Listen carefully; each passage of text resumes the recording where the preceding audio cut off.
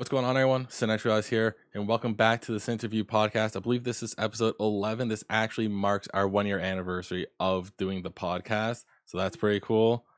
But we have a wonderful guest here, someone who I've honestly watched for a long time. His name is Thundershot. He used to be Thundershot 69. He has 58k followers on Twitch, as well as over 2,000. Obviously more than 200,000 subs on the main YouTube channel. How's it going, buddy? Hey, how you doing? Good to be here. It's always good to have you here. So of course, just in case if anyone doesn't know you, just give like a quick rundown of what you do and whatnot.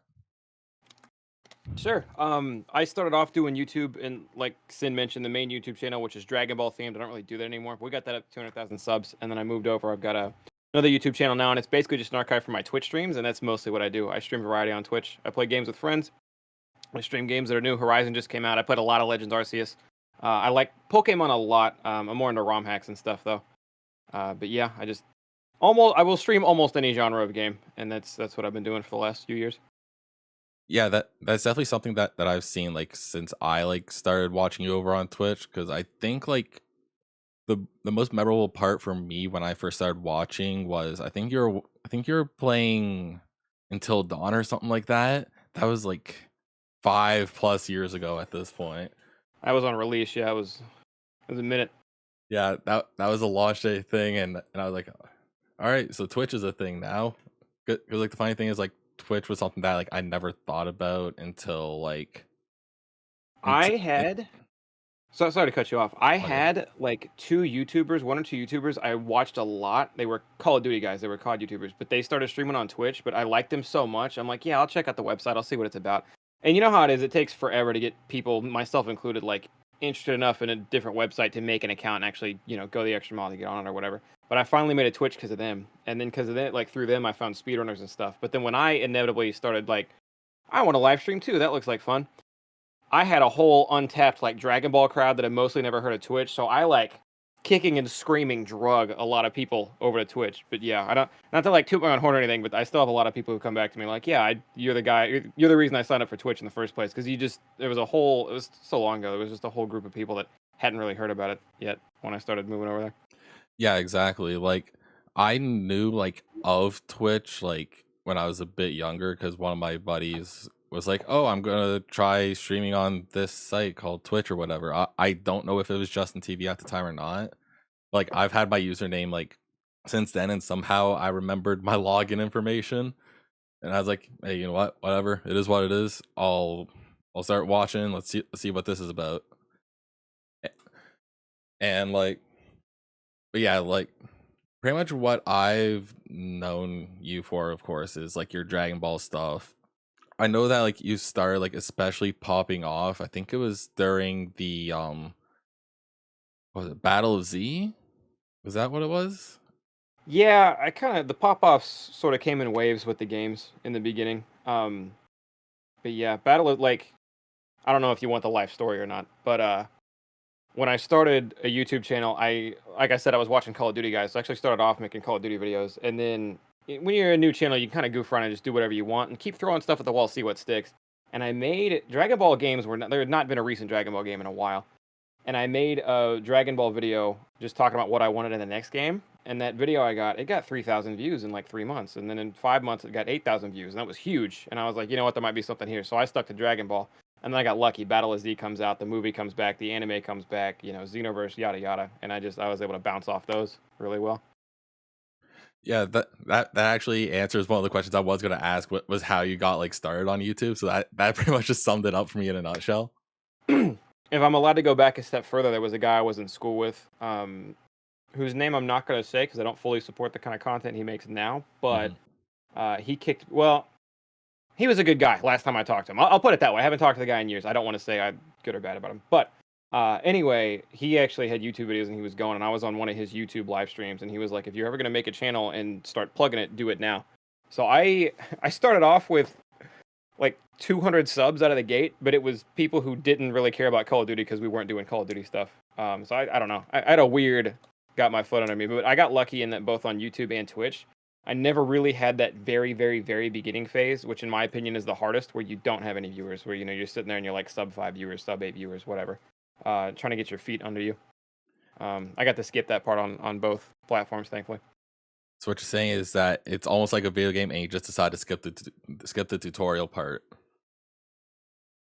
Nah, because the tutorial, like, I don't know if you ever stopped going through the tutorial on the internet. I think there's always new stuff. Maybe not always, but like I spent the first few years at least. I probably didn't have a grasp on YouTube fully until after I'd stopped doing it and moved fully to Twitch. And Twitch is constantly changing, so I feel like you're always learning in this stuff.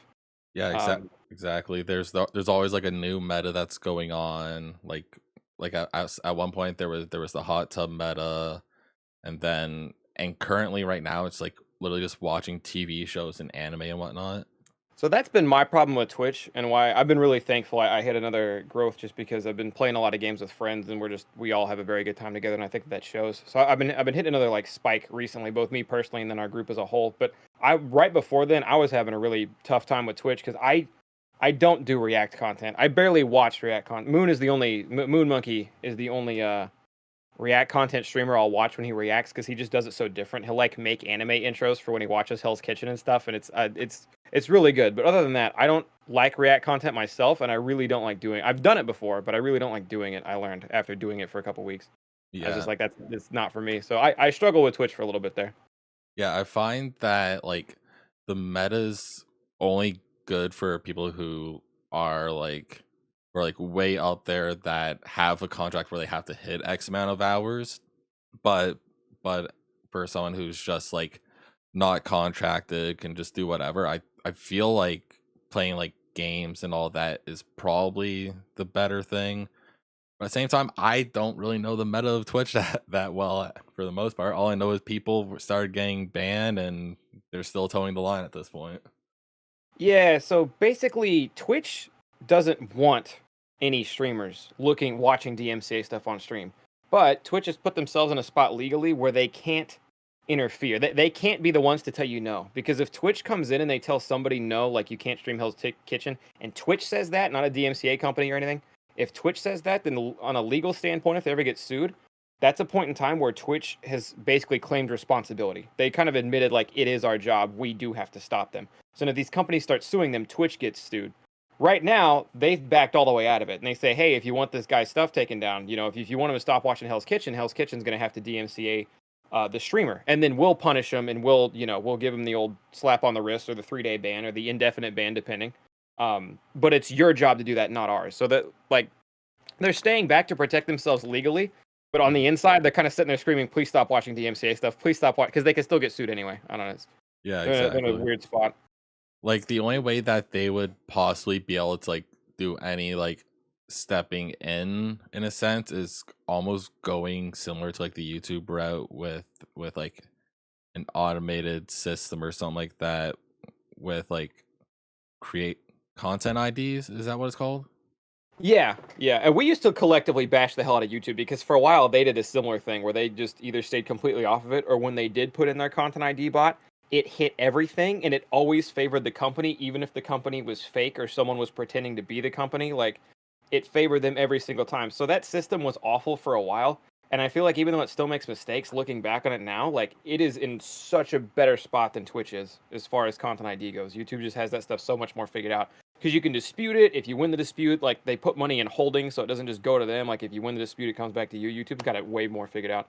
And Mm-hmm. Twitch has needed something like this for a while, but they won't do it because of the hole they wrote themselves into. And it's weird, because they knew this was coming. They knew DMCA was going to catch up to them eventually, and just for years they just ignored it. They're like, oh, it'll be fine. Yeah, I don't know. that was definitely something that like YouTube has but Twitch doesn't, but and Twitch also has things that YouTube doesn't, which kind of makes them like kind of like fight against each other for like what people want. Cuz How like is I don't want to flip the interview or anything, but how is streaming on YouTube going? I know you made that switch a yeah. few months back now. Yeah, I did that in November. I honestly I feel a lot better streaming over on YouTube than I did on Twitch. I feel like on Twitch I was hitting that point where there just wasn't any more growth. I was just stuck at like 2, 3 viewers at a time. Um But now since I moved over to YouTube, since I have like a smaller following there, my mind wraps itself around like, all right, it's fine for me to have 3 viewers or whatever, and like it it feels better in a sense, but at the same time, there's always parts of me that just misses Twitch because of the like Twitch community aspect, because like that's something that YouTube just doesn't have figured out completely.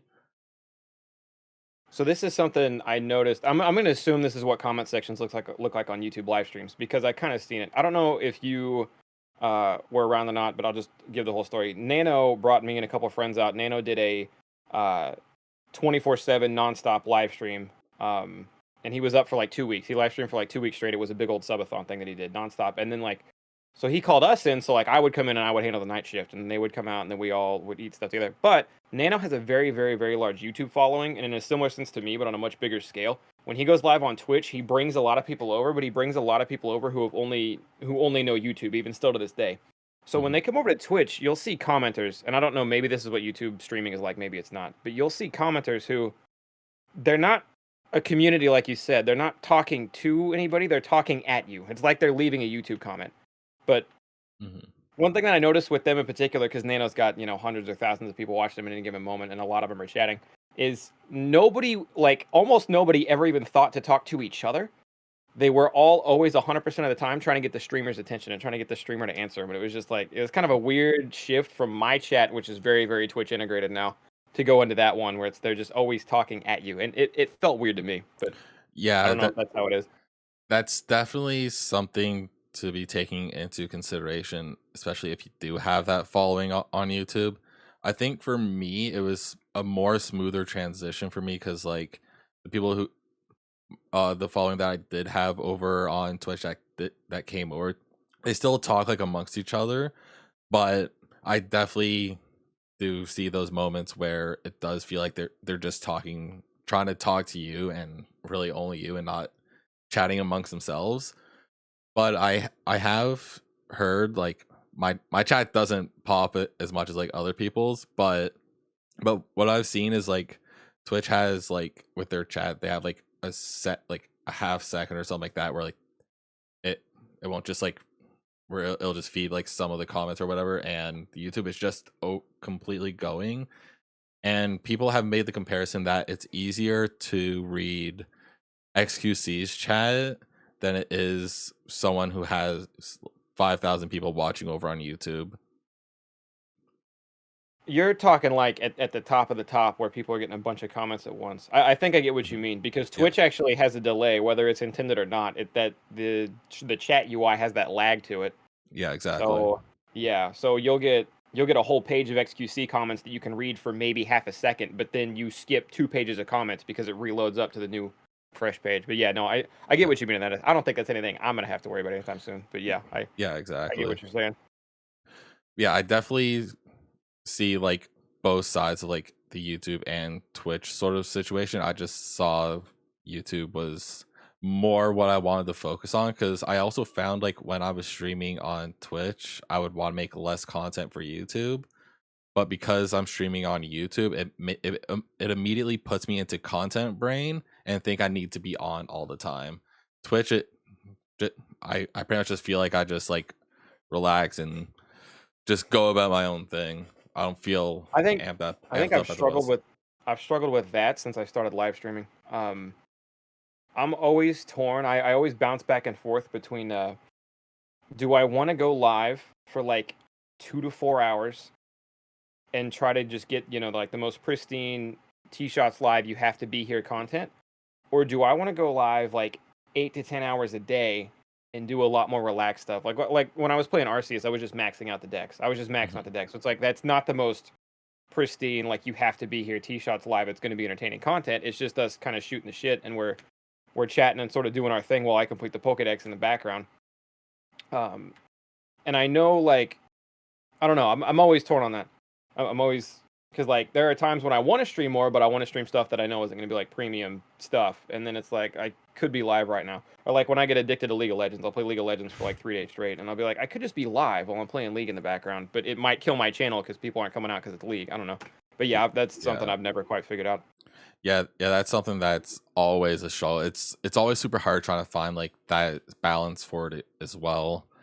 Like there's like typically what I do is like once a week, because I try to stream like 3 times a week for like about 3 hours or something like that. I always try to put in the effort of like one of the streams being a more like laid back, just like grinding type of stream, but trying to like keep like the consistent audience, whether it's playing like the same game or whatnot. Um, because obviously you don't really worry too much about that because you do variety for yourself, but and like you kind of understand it though from like doing your YouTube channel from all the other Dragon Ball, because you know that's what you mainly had to focus on for that. Yeah. Yeah, when I stopped doing it took me a long time to realize that I was kind of done with Dragon Ball. And because I was done with Dragon Ball, I kind of had to be done with that channel because that channel was 100% cultivated to Dragon Ball fans. And if I did non-Dragon Ball content, a very small percentage of them carried over. Even if the content I was doing was, in my opinion, was really good and really entertaining, they didn't care because like Goku wasn't in it or whatever. And at first, I blame them for that, but the longer time went on, I'm like, no, they were just that's what they were here for. They weren't fucking with me. They were fucking with that, which is fine. Hmm. But I learned, and then when I went over to Twitch, like, yeah, I brought some people. Like I said, I got over that like initial hump. I think I started with 20, 30 people watching me on Twitch, which, like I said, skips the hardest part in my opinion. Hmm. Um, Once you have people who are like regular viewers and chatters and whatnot. So while I did get to skip that, I basically had to cultivate an entire new audience, ground up past that point because I needed people who were going to be, like they're there for me. They're there for whatever I'm playing. Which that gets into to the whole variety debate versus if you play one thing. Um, because it's a lot easier to keep as long as it's still relevant, like Pokemon or League of Legends or whatever is always going to be relevant. As long as it's still relevant, it's a lot easier to keep an audience when you're playing that same thing that they're there for the whole time.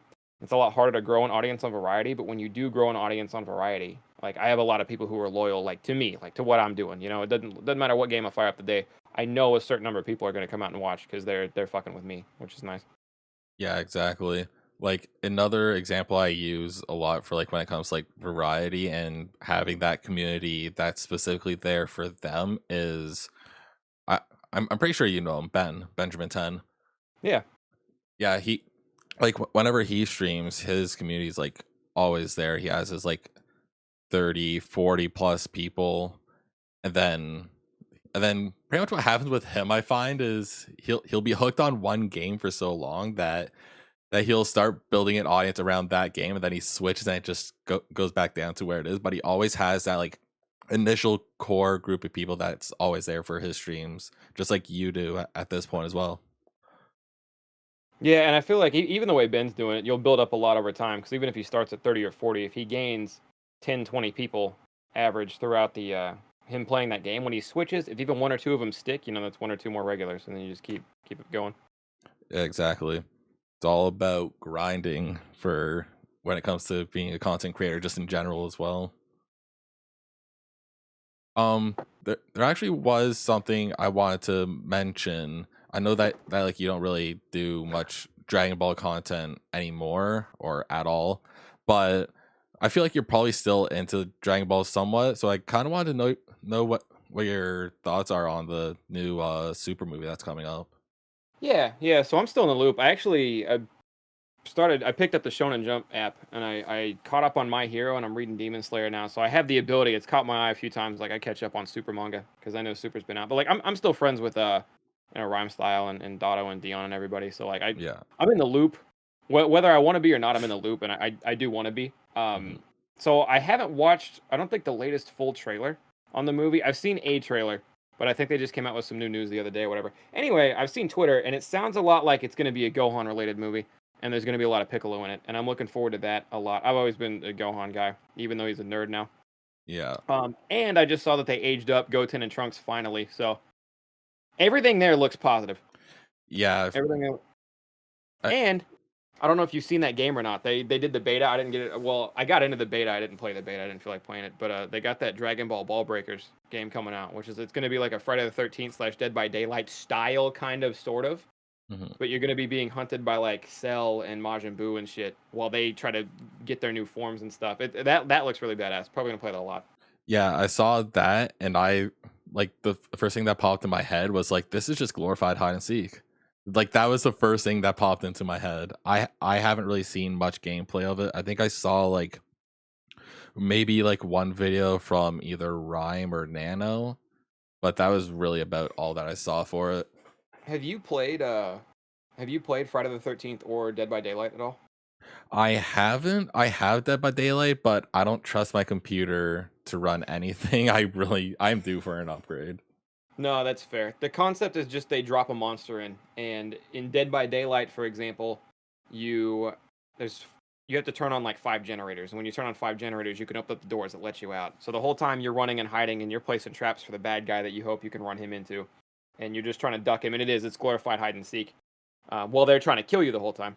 And then the killers all have different powers and stuff like that. And then the Friday the 13th, it's Jason. Obviously, there's different forms of Jason, but you're trying to go through houses. You search through houses and try to get like gas for the car, and you put the car battery back in it, and then you can start it up and drive away.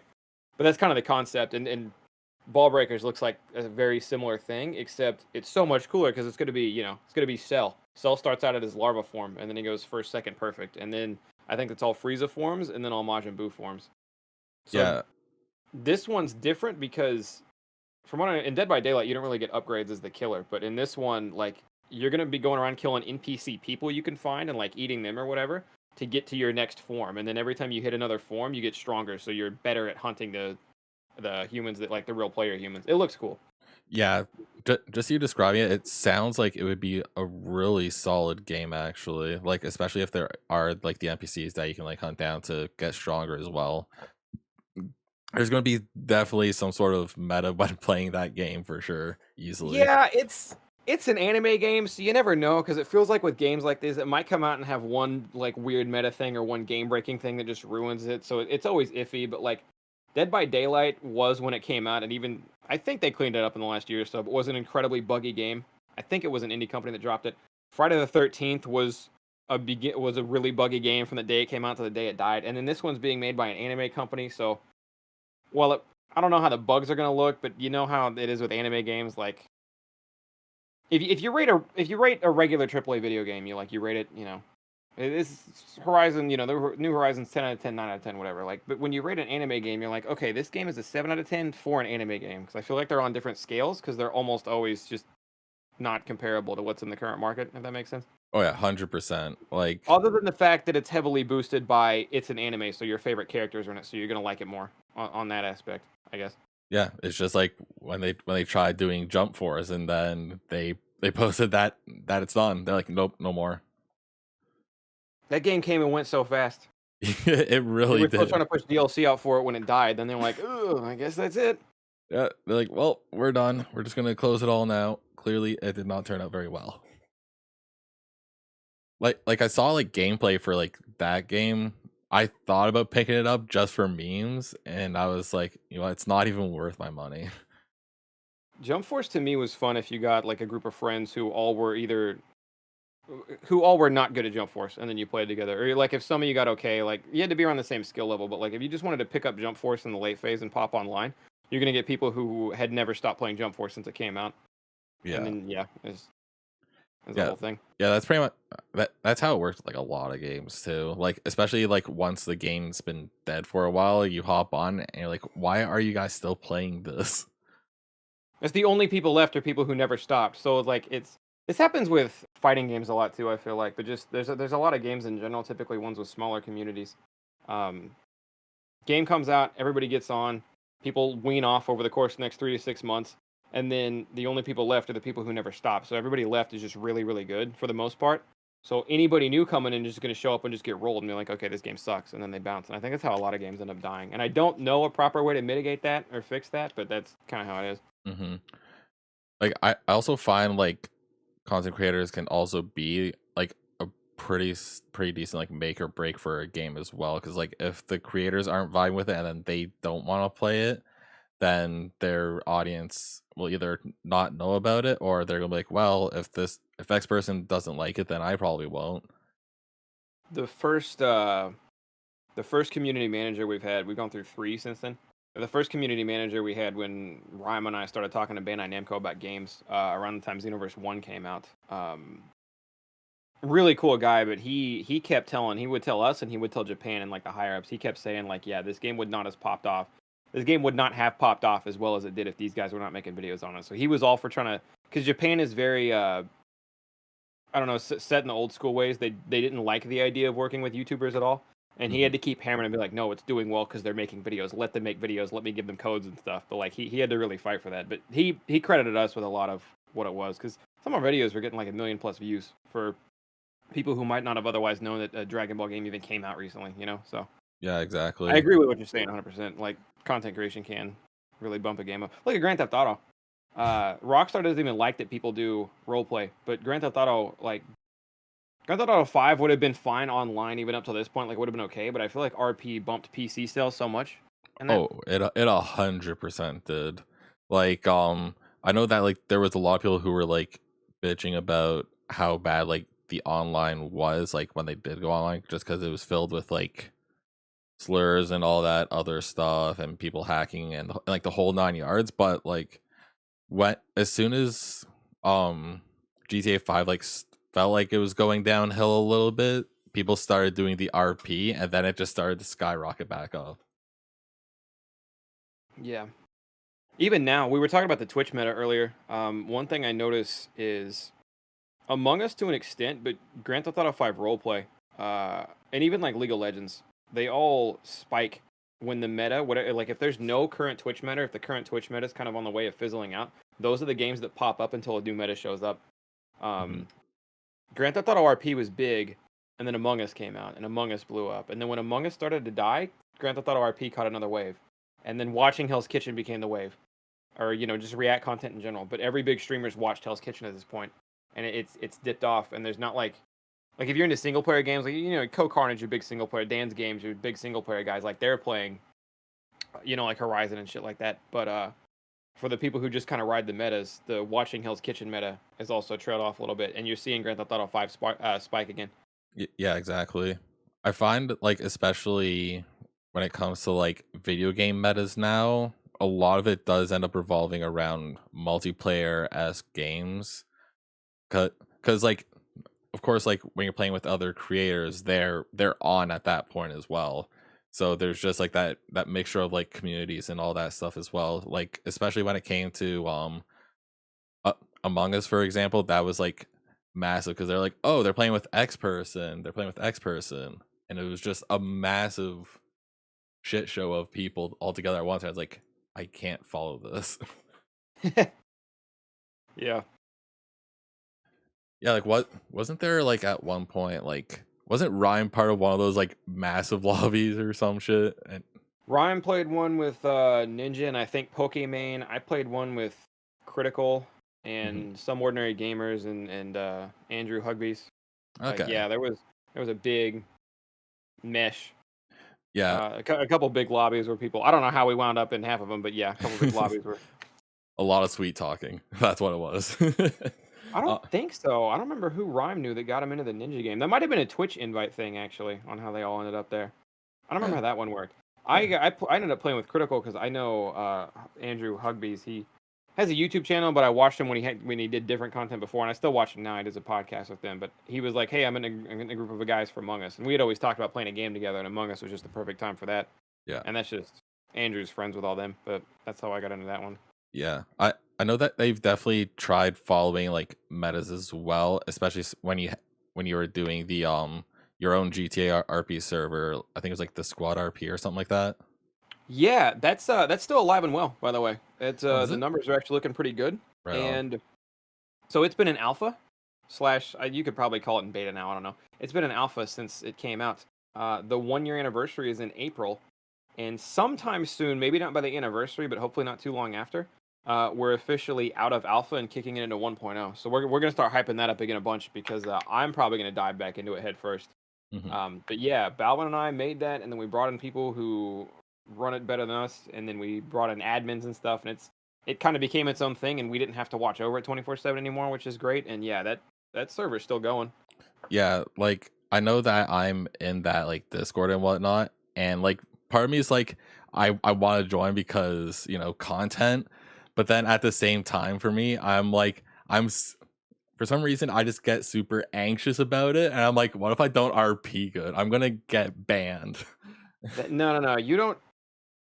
You wouldn't get banned for bad RP. You would get banned for like malicious Metagame and all RP. that. Yeah, like if you're not breaking any rules and you're not intentionally like being malicious or just doing anything, you know what I mean. We Mhm. have a community that has our community's introduced a lot of people to roleplay. A lot of people who hadn't RP'd before this, and it just eases them in. I think the hard part is just getting in that first day, getting maybe getting a group of people that your character is comfortable standing with, and then figuring it out from there. Knowing what you want to do helps a lot. But yeah, Yeah, exactly. I'm pushing a lot for the 1.0. Because like we're gonna hype that up again, and like I don't know, I'm pretty sure we're gonna be maxed out in queue. Like that lobby's gonna be full. I'm excited about it. I'm excited about it. Yeah, like the fact that it's been almost a year, like it doesn't feel like it's been a year. It feels like it's maybe been 6 months since that even started. It feels like it's been a year to me. I guess like I was putting in like days of work before it happened. I was basically on that thing nonstop the first 2 months it was out. Like, cause I was nobody else was there for it, so I had to be the police chief, and like you have to keep the town running. So that was my job for a while, and it was that was It it was was a a lot. lot. But Yeah. yeah. I'm pretty sure I aged 3 years in the first 3 months of that server being out, just trying to keep it going. But I mean, we made something that worked. So Yeah, I think I'm starting to see a few gray hairs. yeah, yeah. I pulled one out of my beard the other day. I had a midlife crisis right then and there. Yeah, my fiance's actually been starting to get a couple gray hairs, and I start laughing at her because she's like a few months younger than me. Yeah. And I'm sitting here, I've gotten like maybe like one or two gray hairs, but they've just ended up in the mustache. I'm like, oh, boop, done. How old are you? 26. Oh shit! All right. How old? I don't even A know little, how old a you little are young for the actually. Grays. How old even are I you? am. I'm 28. I got you by a little bit. Yeah, only by like 2 years. It's Yeah. not too much. Been on the internet for fucking ever, so Yeah, that's about right. Cause like now that I think about it, I've pretty much been watching you since before I was like 20, which is I can't even It imagine always that. blows my mind when people say that. People are like, "Oh my god, T-Shot, I watched you right when I got into high school, and now I have a wife and kids." And it's like, no, you don't. Shut up. Like, there's so. I was hanging out in your streams and watching your videos when I was a goddamn rapper. Oh shit! You know what? I remember that. I remember you talking about Yeah, the getting radio time and stuff. yeah, exactly. That that was one thing that like stuck out to me. I was like, I can't believe I was actually doing that shit. God damn it.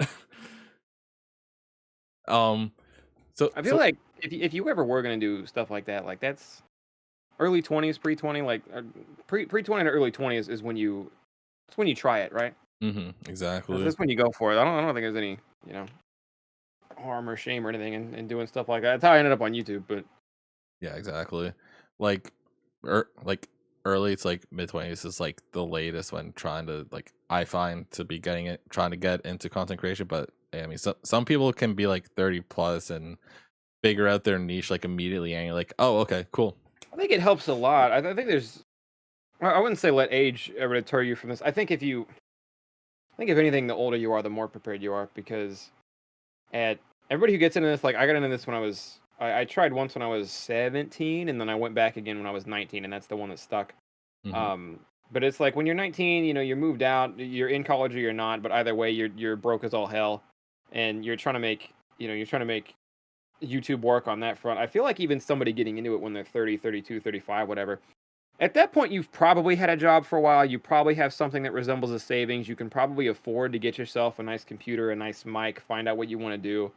Your brain's developed enough to where you can study up on what you want to do and probably not say anything stupid you'll regret. Um, 10 years later, Yeah. yeah, so many videos I've gone back in private just because like it's not even that what I said was like necessarily like bad. It's just like, oh my god, I hate that I said that. I don't know. It's just, Yeah, exactly. but Like I know like there's been like so many streamers and just YouTubers in general that have been canceled for the stupid shit they said when they were like 10 years prior, and you're and then every single time that happened, I'm like, they were they were like teenagers and shit. Like it was how YouTube and all that was like at the time. Like I always find like cancel culture is just a little bit much at this point. I don't know. I feel like I debate with myself every other day on if like how real cancel culture is. Hmm. Because all that really boils down to is somebody said something that somebody else didn't like, and I'm not a huge fan of people getting offended for other people on their behalf. But like if I said something, for example, okay, so when I started YouTube, a couple words that were in my vocabulary that are not anymore are two of the R words. Hmm. Um, and I don't do that anymore. But if somebody were to go into like one of my old videos and be like, "Hey, you said this that upsets me. I'm not, I'm not going to be your friend anymore." Even if they tweeted it out, like basically all I could do is like publicly apologize and just say like, "I said those. I haven't said those in like over 5 years because it's not, that I realized the mistake and I don't do it anymore." And if you quit messing with me because of that, then you quit messing with me because of that, because you don't get to pick who you hurt, right? Hmm. But I would want to put it out there that like I'm changed, I'm different. If you see that and you're still with me, cool. But if you're not, like I can't really be upset at anybody for something like that getting to them. Like, oh, I didn't know. I watch this guy every day, and that really, you know what I mean? That's Hmm. how it is. That's how it is. But Yeah, I don't know. exactly. I think even if that were to come up, I don't think I would be canceled, because I mean, there's people who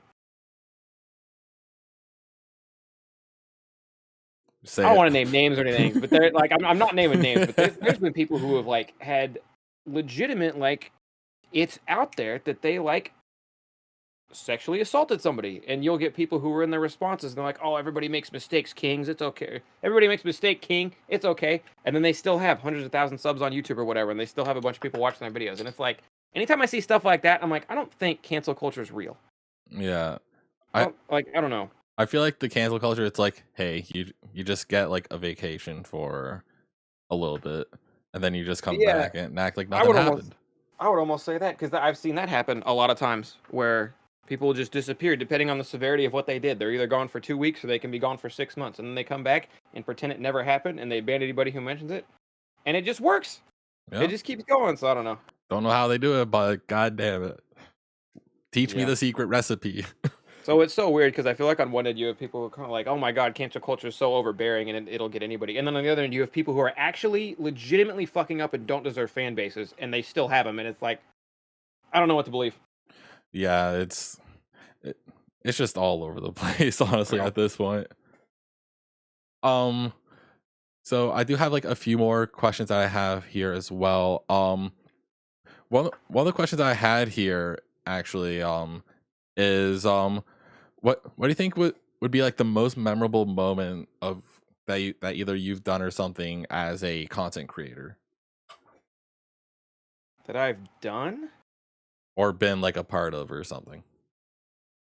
I have two that come to mind because they both feel very different, and I don't know which one answers your question. The first one is, we made big enough waves in the Dragon Ball community, where Rhyme and I think at the time maybe a couple other people went out, but like we went out and the people from Japan, the bigwigs from Bandai Japan, flew in, uh, had a translator talk to us, and we gave them feedback on Xenoverse 1.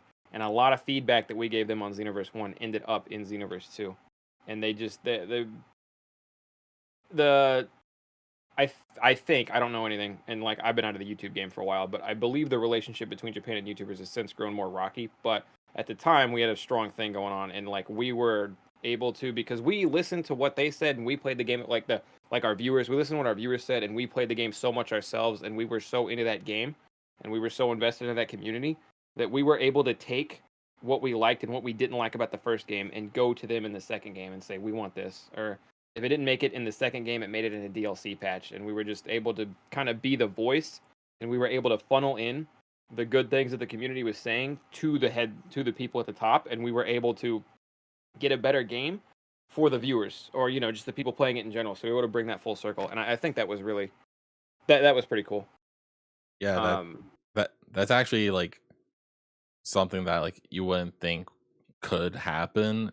Is like I find like a lot of the big companies, like it's harder for them to like get like their like viewership like feedback and all that stuff, but like them actually like that company, I want to assume Bandai, yeah, yeah, it was yeah, Banner. the fact that like they actually like talked to you guys and was like, this is what's good, this is what's not working, and then they actually followed through with some of it, it's actually really impressive to me. Yeah, they implemented what they could with their budget and their time constraints and all that stuff. And yeah, being able to get to that level to where like I played games my whole life, but to be able to influence a game like that and then influence a game like that in a community that at the time I was very, very integrated and just locked into, I liked it a lot. Hmm. And yeah, to be able to be a piece of the puzzle and complete that circle was it. The other one I was gonna say was one day I randomly got raided by Philip DeFranco on Twitch. I, Uh, really? yeah, Philly D was this was Xenoverse 1. I think I was playing Xenoverse 1 when he raided me actually. Um, I had always watched Philly D was like the first YouTuber before I even got into watching the Call of Duty guys. Philly D was like the first YouTuber I watched. He would do the daily Philip DeFranco show. I could go back and pinpoint to you the very first Philly D episode I watched, if he hasn't deleted it, and I would know that I started watching him the day after because I caught it a day late. Anyway, so I'd watched Philly D for years. I haven't really caught him much in the last 5 or 7 years or so, but at the time I was the biggest Philly D fanatic, and I had been for years. And then one day randomly he was playing FIFA, and I went back to the end of his VOD and looked, and he's like, "Oh, there's a new Dragon Ball game up. Let's see what's in that," because we were near the top of the directory in Xenoverse. And I think it was like Odd One, who was a professional League of Legends player, and then maybe another guy, and then me. And he just happened to pick me. And he's like, "I'll raid this channel." I caught the raid, and I was like, "That's pretty cool." Yeah, that's kind of just massive in general. Like, I'll be honest, um when I was first like streaming on Twitch and you ended up rating me, I kind of had that same sort of situation. I'll be honest, for like the longest time you were like my favorite YouTuber and all that shit, and I was like, wait, this is a real thing that just happened? Always like, I don't know. It's weird. I always like giving back to the community, but I'm at a really weird spot where like I don't like if you come into my channel and you talk about like, "Oh yeah, I'm doing this," especially if I don't recognize your name very well. Hmm. Like, "Oh yeah, I can't wait to do this on my stream later. Hey guys, I'll be streaming this." Like that's obviously how it is, the Yeah, etiquette and all that. Like that's a huge turnoff. But if I naturally find out that you stream, like I don't know if I'd follow you on Twitter, if you added me and maybe I clicked your profile and scrolled or something, but one way or another I found out you were streaming, or, you had a Twitch, you were streaming, and then I just click follow, and then I love giving back to smaller members of the community who stream like that. yeah. I think you actually found out that I streamed through Ben's raid actually. That makes sense. That 100% makes Yeah, sense. I was playing like Portal 2 or something at the time. He rated me, and then you ended up dropping the follow. I'm pretty sure that VOD is still on my YouTube channel. Oh shit. um yeah, the last like actual question that I have written down here is, you've been growing out your hair for I don't know how many years, but how do you keep your hair looking so good? Head and Shoulders is the shampoo I use. That's really it. Lately, sometimes I'll put it up. I didn't used to do that.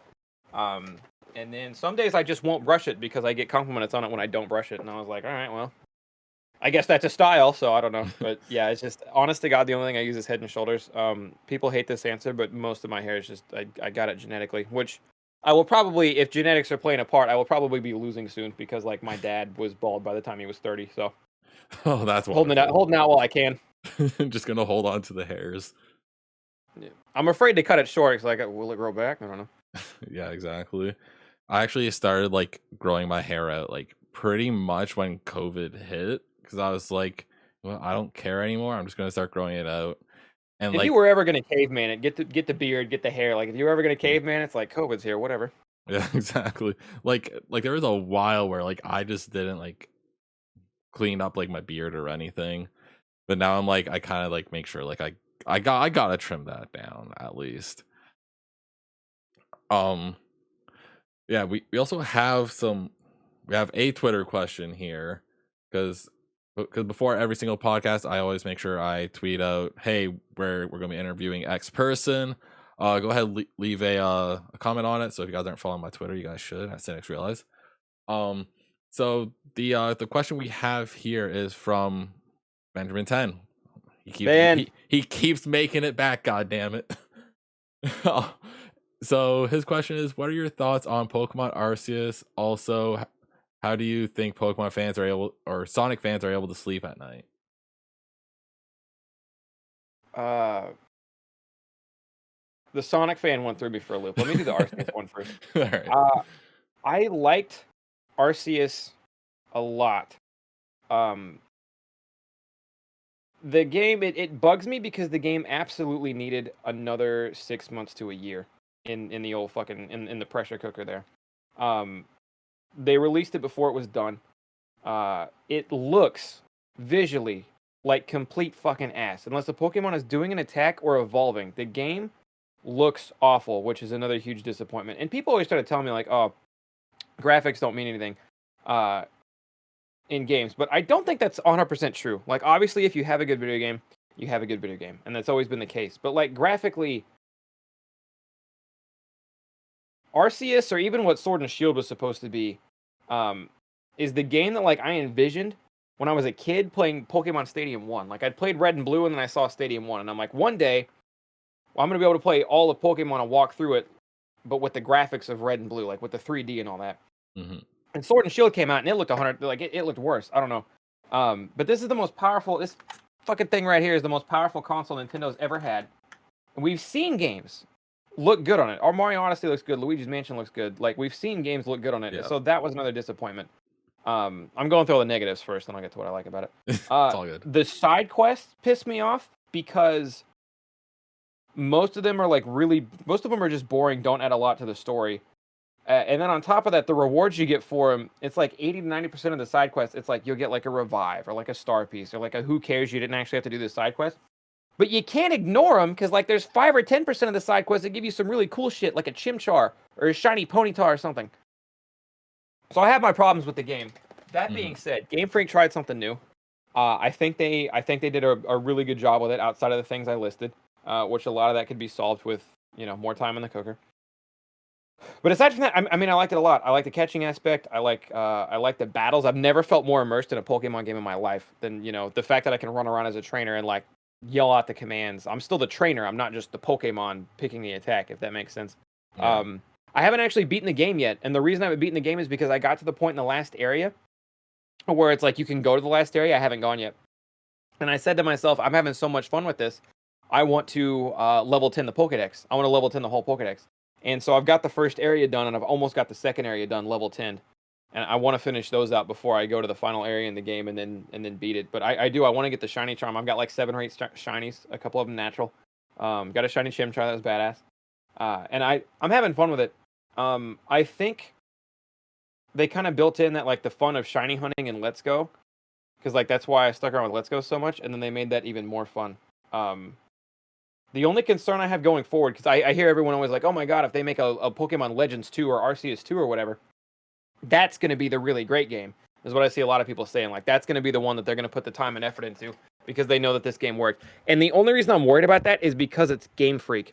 And Game Freak, for the last however many years, I don't know, since past X and Y, have proven that if they can do the bare minimum, they will do the bare minimum. You know what I mean? Like, to me, Sun and Moon was not a good game. Ultra Sun, Ultra Moon was just the second not a good game. Sword and Shield came out, and they cut features. And they cut Pokemon out of Sword and Shield and sold it back to people as DLC. And the game looked like ass on the best, the strongest console Nintendo's ever had. And fans were still like, no, this is fine. We love this game. So, like, they can get away with the bare minimum. They didn't have to make Arceus. They did that. I don't know why they did that, but I'm glad they did. But I'm just worried if they make a Legends 2, they will also put very minimal effort into that one. Yeah. But I'm hoping for the best. I'm hoping for the best. We're still supposed to get DLC for Arceus. Data miners have been digging around in that. But I know I said a lot of negatives, but I do like the game a lot, and I like the potential it has a lot. And I'm looking forward to more installments in it. And at this point, I'm more excited for Arceus or Legends titles than I would be a mainline game. Oh yeah, 100%. Like I pretty much have like the same like sort of issues with Arceus that you do. Like for me, like I like the storyline, but graphically it's not up to par for where it should be. Because like I feel like they could have let it brew a little bit more, get it to like a closer quality to like what's the game I'm thinking of? Breath of the Wild. I haven't played it, but I've seen the gameplay, and like graphically Even on it's the Even on the Wii U, Breath of the Wild looked better. yeah, Breath of the Wild exactly. 2 is about to come out and make Arceus look so bad. It's gonna be crazy. Yeah, I can't wait for that. Like I actually want to play Breath of the Wild at some point, but for me it's like I don't have the time for that. I'm too busy with all my other shit. Um, if you were going to, I would only recommend do it the way I played Breath of the Wild, and I still want to go back and finish it before 2 comes out. But get if you think your computer can handle it, I don't know what kind of computer situation you're looking at. There's a Wii U emulator out there, and you can get graphics mods for it. It puts the game in 60 frames. It makes the graphics look better in general. And then I put on a mod that make it so my weapons don't break, and I was having a blast. Everybody hates the weapon breaking in that game. Yeah, I feel like that's always a problem with like what was that the only one that had weapon breaking, or did any of the older ones have that? If they did, it wasn't nearly bad enough for people to complain about it. I'm not a Mhm. huge Zelda guy. I've played like maybe 3 Zelda games, Breath of the Yeah. Wild being one of them. Um, but it was awful in that game. Yeah, like I tried getting into like Legend of Zelda a few different times. Like I tried playing Majora's Mask. I couldn't do it for the life of me. I was so frustrated of the days resetting. That was so obnoxious to me. I hated that. I was like, I I think just want to play. I think if you get a Wind Waker port, what a lot of people say should be your entry to. Yeah. I also played like a little bit of Ocarina of Time. And then I just stopped playing for some reason. But yeah, I've heard like Wind Waker's a really good one. I've seen gameplay for that. It looks good. Um but yeah, like back to Arceus, graphically it could have done better.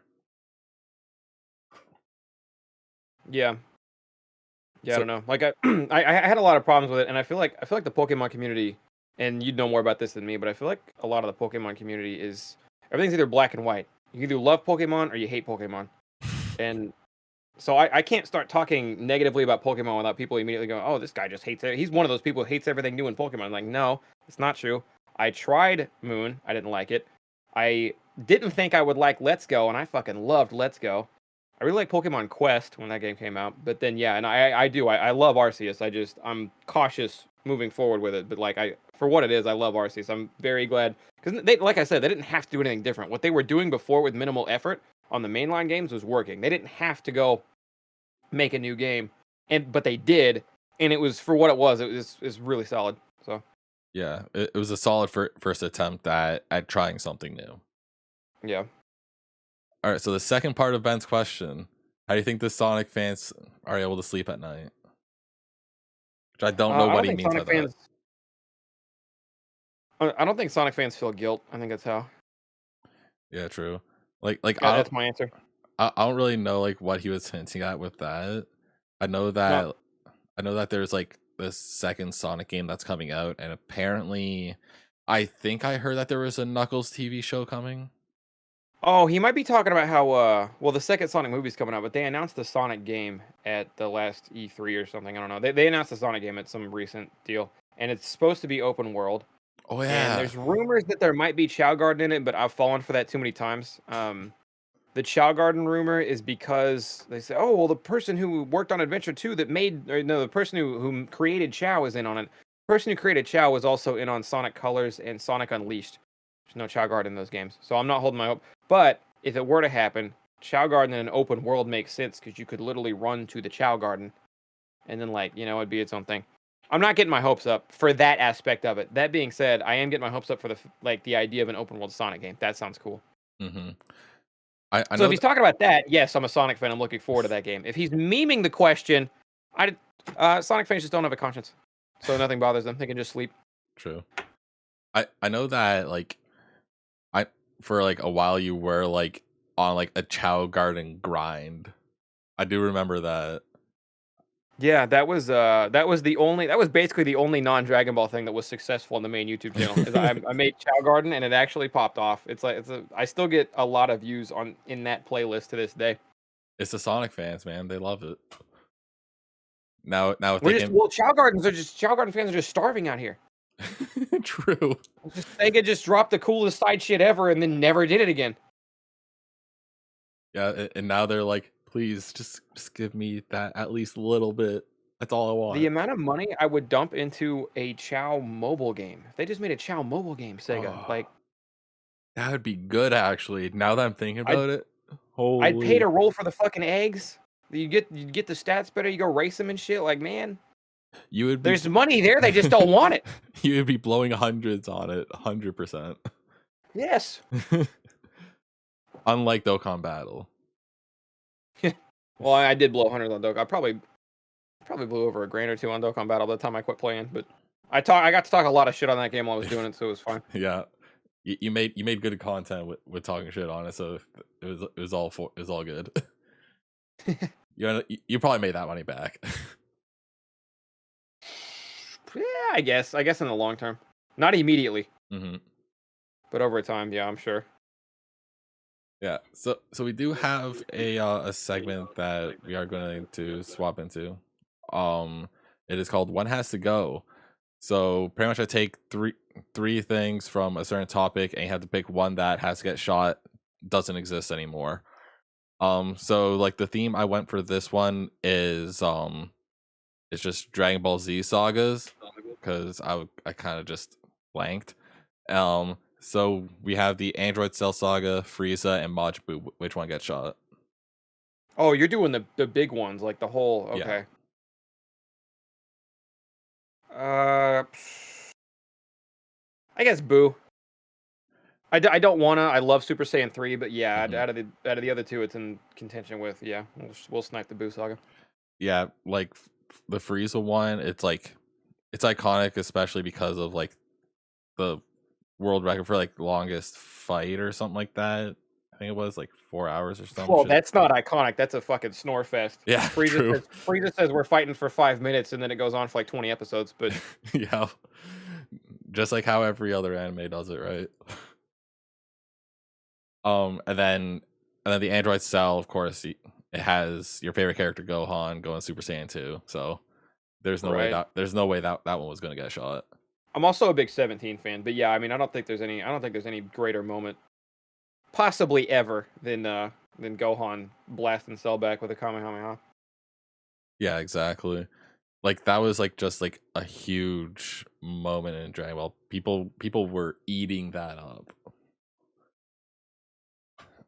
All right. So we do have one last segment, and then I'll be able to let you go. I'll be able to let you out of your cage. Um, and and for this segment, what we like to do is we go onto Reddit and check out r/ Would You Rather. We grab three of the top ones of the month, and I have you answer them. Okay. Um, so the first one, for some reason, a lot of them had this sort of theme to it, and I struggled digging through them. But would you rather have $1 million right now, or a penny that doubles in size every month? Like worth, I guess, is what it meant. Ooh, I've heard the penny. The penny, because it would take like it would only take like a couple years before I'm good. I'm pretty sure. Yeah, because like the penny I, would. I've heard a penny doubled every day for 30 days, and then the penny still winds up being more. So in theory, like if you just stretch that out to 30 months, especially from that point forward, I'm winning for the rest of life. Yeah. So that one's kind of just like a free one. I saw like there was a lot of votes for actually like the million right now. I'm like, why? Well, a lot of people might like, there's a lot of Yeah, people in trouble right now. yeah, that's true. Especially if they're hanging out on Reddit. Yeah.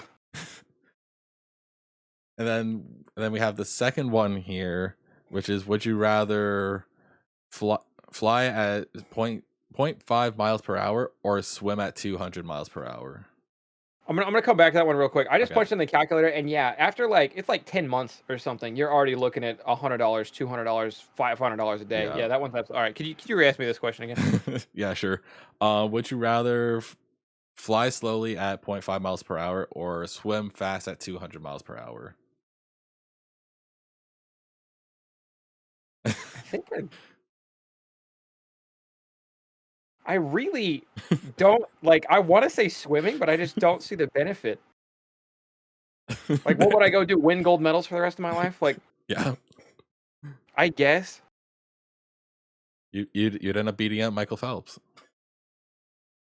I think I would take the swimming.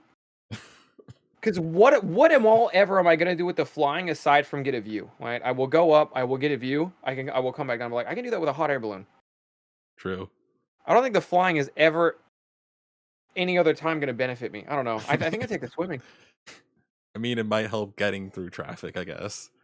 But At you'd be half a mile an hour? yeah, traffic doesn't move it. I'm jumping off the bridge and hitting the river. I'm cutting through town. There you go, I guess, right?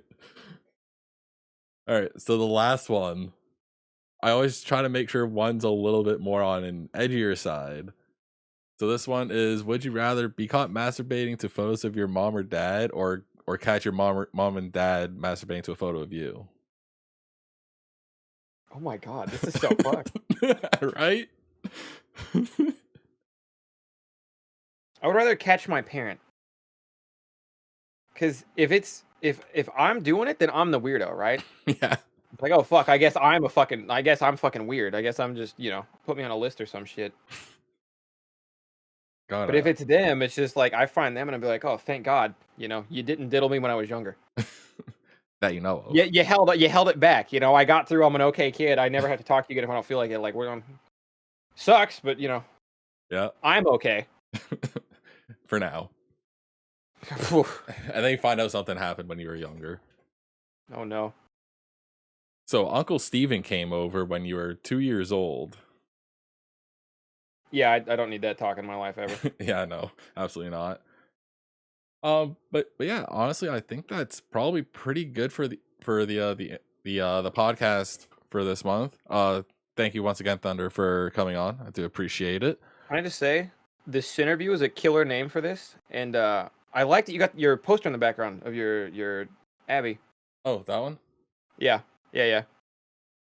Thanks. I've had that for years. Like I have that one in the corner there. You can kind of see it. That was an older profile picture, and then over here is the first one that I have. Good shit. Yeah, I don't even remember when I got those. I think an ex got those for me. I was like, they're too cool to just burn. Yeah. No, thanks. Yeah.